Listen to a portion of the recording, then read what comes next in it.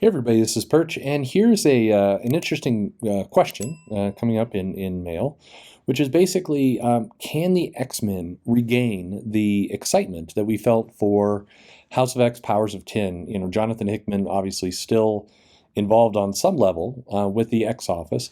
He's still listed as more or less a showrunner, and he is writing Inferno, which is a four-part series starting in September, so a month away, which will close out the year that is at least threatening to include shocking revelations and other things.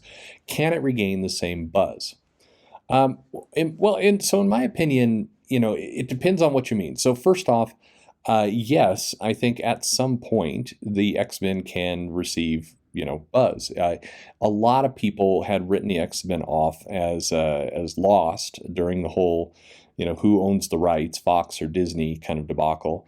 And then Hickman came in, did House of X, Powers of 10, and it was like a light switch. People jumped in relatively quickly. Within the span of 6 weeks, the series had converted tons of people over to it, being an amazing comic. It was on the best comic list for a lot of people.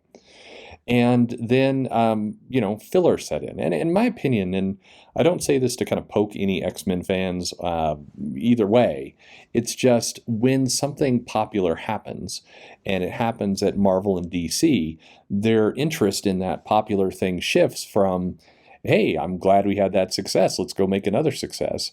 It shifts into, let's stretch this success out as long as we possibly can. And that's really what the X-Men feels like. It feels at this point, that franchise, like Marvel is going to just squeeze every dollar out of it until it starts to really, fade. And then, maybe we'll try again, do something else shocking. And this isn't related to just the X-Men. This is Batman, this is Spider-Man, this is Superman, this is everything. I mean, there is a reason why we have kind of 1/3 of all the DC comics being published are Batman based. I mean, it's because people buy Batman and they're going to milk it dry. And I wish they wouldn't, but I understand the human behavior to do it. I understand why they're doing it. So, to some extent, this is normal. And I think that's what X-Men has really felt like for the last year. It's felt like a lot of, stretching it out. You can't look at something like Ten of Swords with, 24 parts that tie in, and certain issues are like, and now let's talk about their dinner. No, let's do it in 2 issues, not just one. Now let's find the swords. The swords aren't going to be relevant to the actual story at all, but, let's spend 6 issues doing that. That's where the X-Men is. Now, so, I mean, in general, yeah, I do believe that at some point we'll get some good X-Men stories because the law of averages suggests we will. Everything does come around, and there's bad stories and there's good stories, and there's not going to be any it's over forever moment. I think it will come around and we'll get something good again, for sure. However, in this current run, I think we're going to get blips. I do think that Inferno will get some interest because, it's a little bit like a sitcom where take something like Frasier. Okay, anybody remember that boring show? No, I'm just kidding. Frasier was fine. Kelsey Grammer. It always irritated me because I live in Seattle, and I know it sounds super nerdy, but the window, his view, was impossible. He had things in his view that you could not get in one view, like they'd move the mountain and the Space Needle and the water and everything else around to some, who knows where he lived. He'd have to live in some very bizarre vortex of reality to have that view. Anyway, part of that show went on for, I don't know, several seasons. But one of the ongoing gimmicks in that show was Frasier's brother, Niles, had a crush on the maid slash nanny slash healthcare worker, Daphne, who worked for Frasier. And he was enamored with her, and he would flirt with her, and then she'd flirt a little bit with him, but then he was reconciling with his wife, and then he was over that, and he was back with her, but then she had a fiance she was going for, and they did this will they, won't they, forever. They did the same thing with Friends. They stretch it out. And what they do is they'd have like 1 or 2 episodes where it really looked like the plot was going to progress, and then they'd kind of pack stuff back in the box, and we'd get 10 episodes or so of nothing. And then we tease it again, and that's how you just keep things going. And that's a little bit what the X-Men's like. It reminds me very much of kind of those storylines. It's one reason why I like Seinfeld. Seinfeld didn't really do anything like that, but certainly shows like Friends, Frasier, Cheers. All these kinds of sitcoms. And if we want to get out of comedy, we can go to stuff like X-Files, where Mulder is looking for information about his sister and proof of aliens, and we're really going to learn something this time. We're going to push the plot forward. And by the way, is he and who is a woman's name? Mulder and Scully. Are they going to get together and hook up? It's always about hooking up to some level on TV, but that's what it feels like, where they tease a little bit, and then it's like, now we're going to bury you with 30, 40 issues, and then we'll tease you a little bit more, and then we'll bury you with 30, 40 issues. I think that with Inferno, they're talking and they're teasing about shocking revelations, and we're seeing little images of Moira and Destiny and Mystique, and then we're seeing a different with our enemies can't be trusted, and Colossus, Cyclops, and Bishop, our allies can't be trusted, and Xavier, Emma Frost, Magneto, our leaders can't be trusted. So it's basically going to shake some things up. It's going to answer a couple questions, but it's not going to answer all of them. And part of this is about making it dangerous and shaking things up a little bit, enough to get people to go, oh, I need to dip back into the X-Men. They're about to reveal all the secrets. They're going to get things going again.